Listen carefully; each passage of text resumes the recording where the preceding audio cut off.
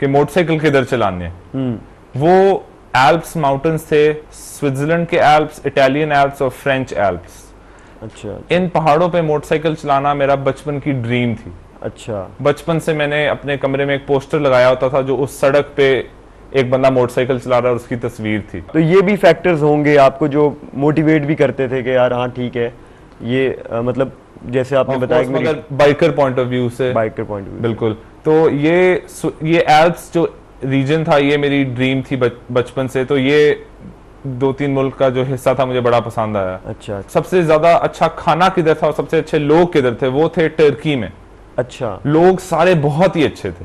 अच्छा। मगर टर्की में जब आप किसी को कहते थे ना आप पाकिस्तानी हो, तो उधर एक और ये अजीब सा वो आपका हॉस्पिटैलिटी का लेवल होता था। In a good way, in a very good way. अच्छा। मैं एक छोटी सी स्टोरी थी, मैं एक रात को काफी लेट, कोई 12 बजे, तो ये वो वाले दिन थे जब मैं 6 किलोमीटर की स्पीड पे 10-10, 12-12 घंटे मोटरसाइकिल चलाता था। तो मैं एक होटल पे पहुंचा, कोई गाड़ी नहीं थी, कोई बत्ती नहीं ऑन थी। मैंने कहा शायद कोई अंदर बंदा हो। मैं अंदर पहुंचा, उस बंदे ने मुझे कहा सलाम सलूम किया। मैंने थोड़ी बहुत ही वो इंग्लिश समझता था। अच्छा। तो मैंने उसको कहा कि मैंने एक रात रहना है, बाहर इतनी ठंड है, -23 है, टेंट नहीं लग सकता, मैं सुबह शायद ना ही उठूं। अच्छा। तो मुझे कहीं अंदर कोई कमरा शमरा कोई सस्ता। तो उसने कहा कि सबसे जो सस्ता कमरा है ना वो $80 का है। $80 से सस्ते तो अमेरिका में भी आपको कमरे मिल जाते हैं। मैंने कहा तुम इस गांव में छोटे से गंदे से होटल में तुम मुझे $80 का दे रहे हो। तो उसने कहा मैं आपके लिए जी $75 का कर दूंगा, इससे कम नहीं हो सकता। अच्छा। तो मैंने बड़ी आधा घंटा मैं लड़ता रहा उससे, यार थोड़ा कम कर। उसने कहा नहीं हो सकता। अब रात को 11 बज गए थे, बाहर कुछ नजर आ नहीं रहा था, मैं कांपी जा रहा था पिछले 12 घंटों से। मैंने कहा अब यही करना पड़ेगा और कुछ नहीं हो सकता। तो जी मैंने $100 का नोट निकाला, साथ मैंने पाकिस्तानी पासपोर्ट उसको दिया। अच्छा। वो ले गया, वापस आया तो उसने मुझे ना $90 वापस कर दिए। तो मैंने कहा ये पता नहीं क्या है। तो कहता है तुमने मुझे पहले क्यों नहीं बताया तुम पाकिस्तानी हो। मैंने कहा शायद कोई गोरा आ गया। तो उसने वो समझा मैं कोई गोरा हूं, तो उसने मुझे रेट दिया $75। अच्छा। जब उसको पता लगा मैं पाकिस्तानी हूं तो उसने मुझे रेट दिया $10।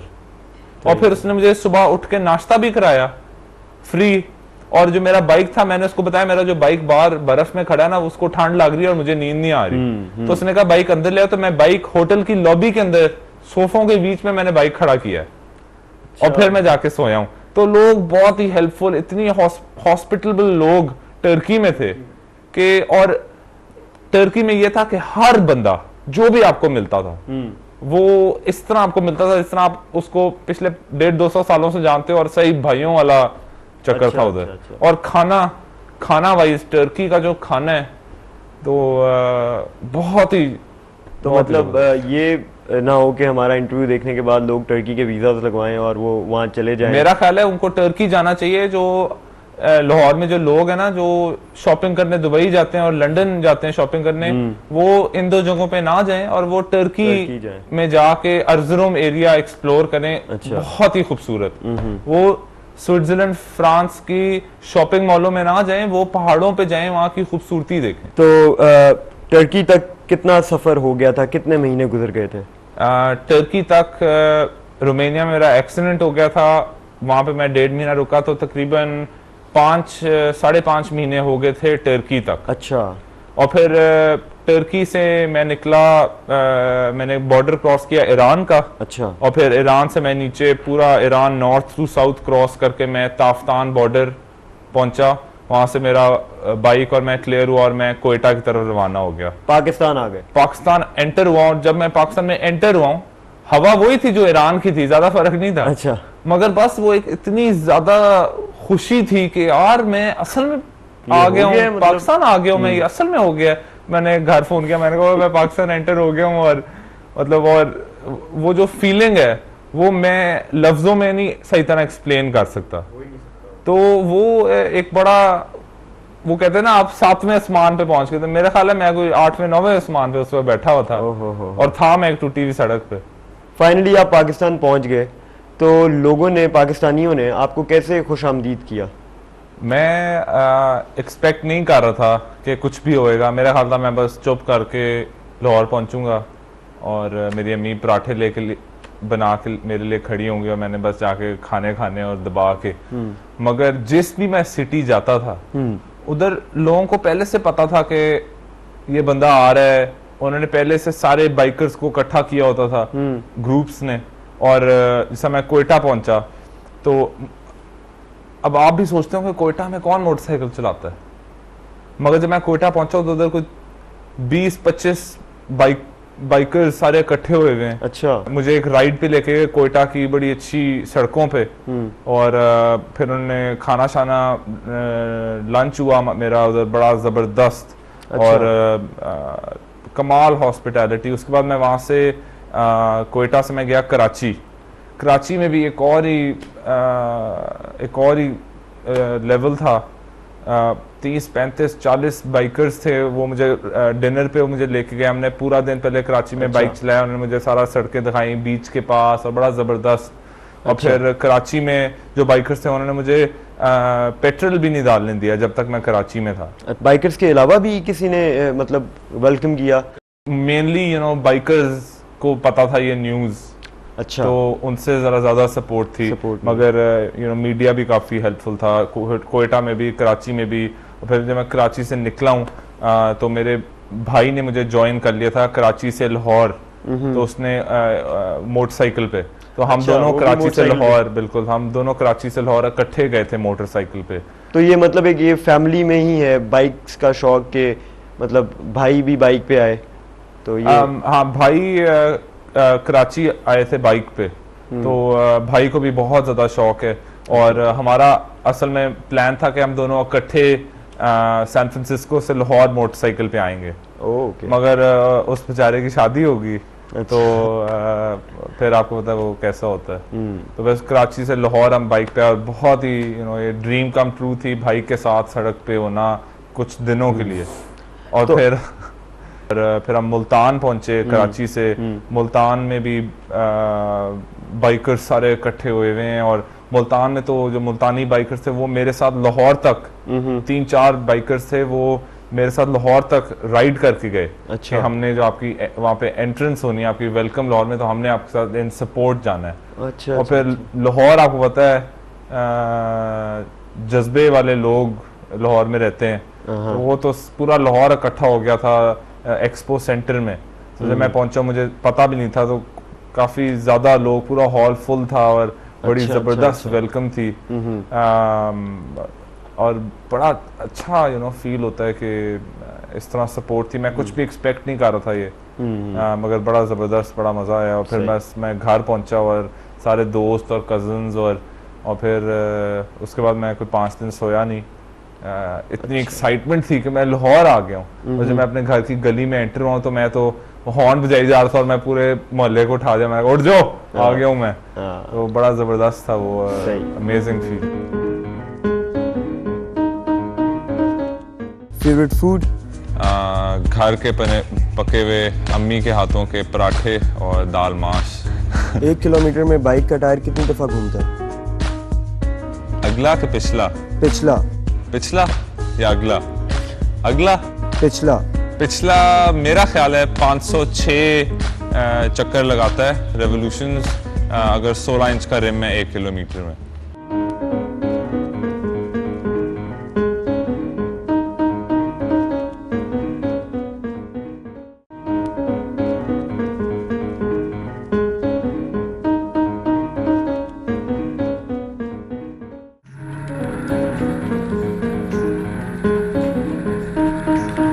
अच्छा, तो कोई ऐसा वाकया बताएं जो आप इस पूरे टाइम पीरियड में जो हुआ और आप वो कभी नहीं भूल सकते। जब मेरा रोमानिया में एक्सीडेंट हुआ था, मैं उस गाड़ी में जाके लगा था। जो बंदा वो गाड़ी चला रहा था उस बंदे की जो सिंप्लिसिटी थी, उस बंदे की जो इनोसेंस थी, वो उसका कोई मैच नहीं था। अच्छा। पूरी जिंदगी मैंने कभी उस तरह का एक बंदा नहीं देखा था। पुलिस उसको पकड़ के जेल ले गई थी इसलिए कि उसने मान लिया था कि उसकी गलती थी।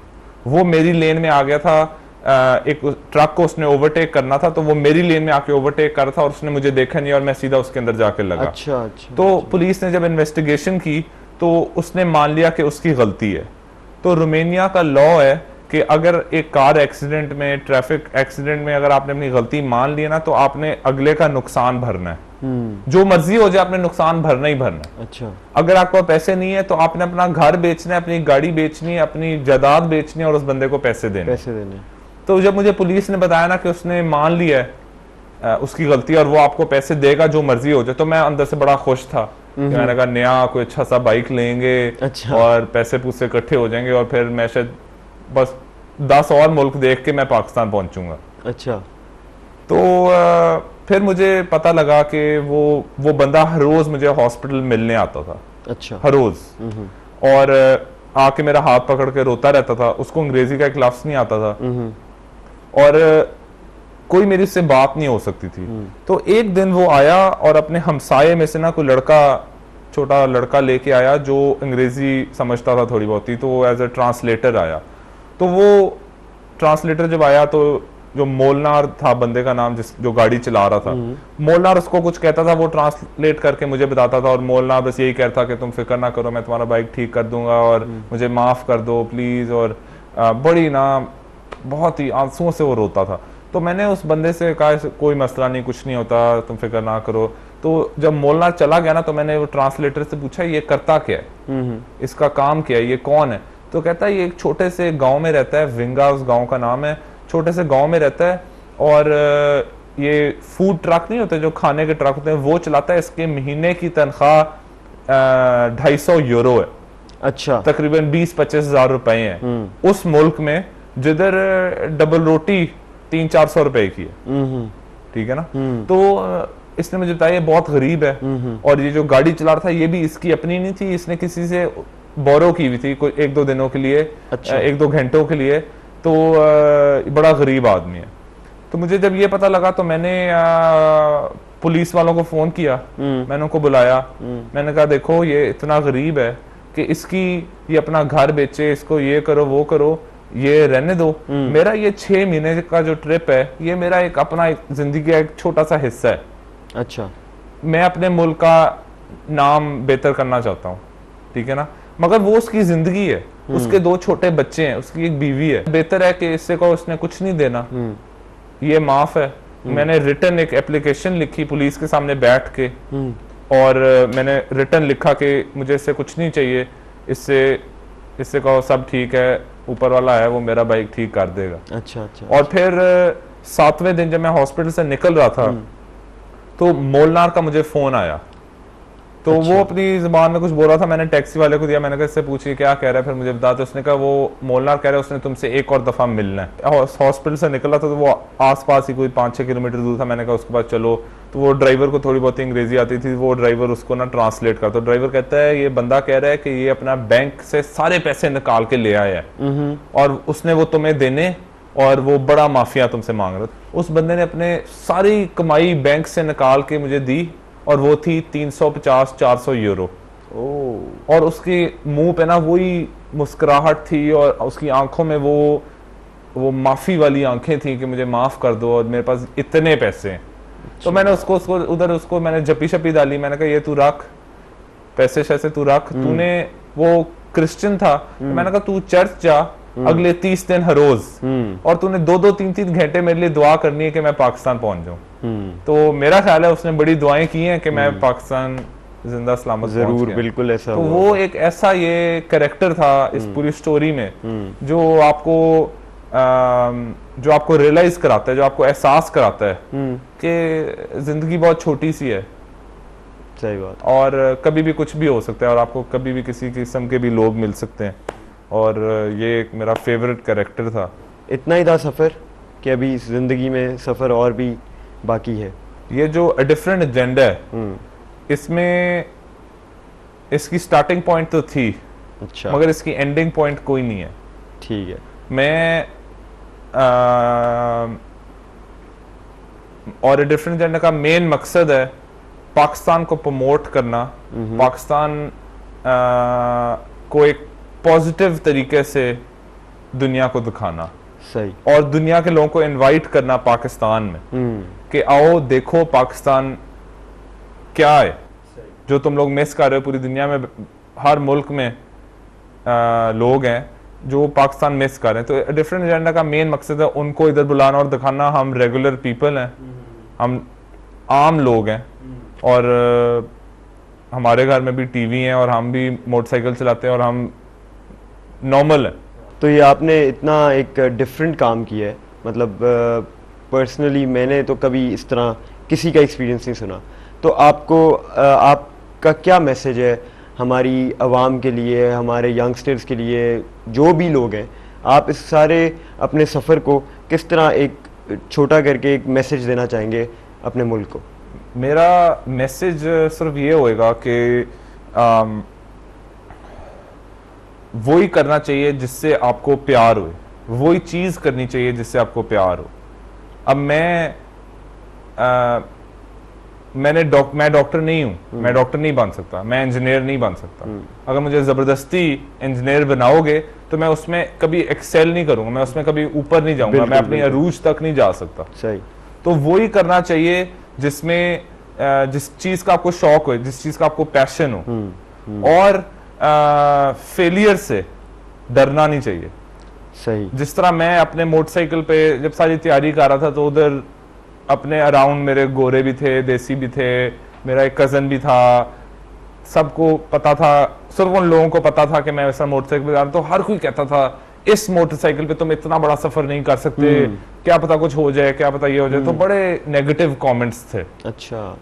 कि नहीं हो सकता। इवन जो मेरा मैकेनिक था अमेरिका में, जो जाने से पहले, एक्सक्यूज मी, एक रात पहले मेरे बाइक पे वो काम करता, वो भी कहता कि ये बाइक नहीं जा सकता, बहुत पुराना है, बहुत ये बहुत वो है। तो सारे आपको कहते हैं ये नहीं हो सकता। तो डरना नहीं चाहिए, जो भी करना है वो अपना 110% दो और करो। और अगर फेल हो गए तो वो एक्सपीरियंस ही आपको मिलेगा और अगली दफा आप उससे भी बेहतर करोगे। बिल्कुल। और फिर करते रहो और एक दिन फिर आप सक्सेसफुल होगे। तो जो करना है, जो पसंद है वो करो, और लोगों की स्टोरियों में ना हो। जैसा बचपन में मेरे अराउंड जो दोस्त थे वो बड़े गिटार बजाते थे, ड्रम बजाते थे। अच्छा। मुझे उसका पैशन नहीं था। ठीक है। मगर बस सारे बजा रहे हैं तो मैं भी जाके एक दिन नया गिटार ले आया, 6 महीने चलाया, वो फेंक दिया, फिर ड्रम ले आया, वो बजाए, वो फेंक दिए। इसमें कोई कभी पैशन ही नहीं था। तो टोटल मेरे ख्याल है मैंने कोई 3-4 साल मेरे कमरे में गिटार होता था, मगर मुझे अभी तक कुछ नहीं बजाना आया, इसलिए मेरा वो पैशन ही नहीं था।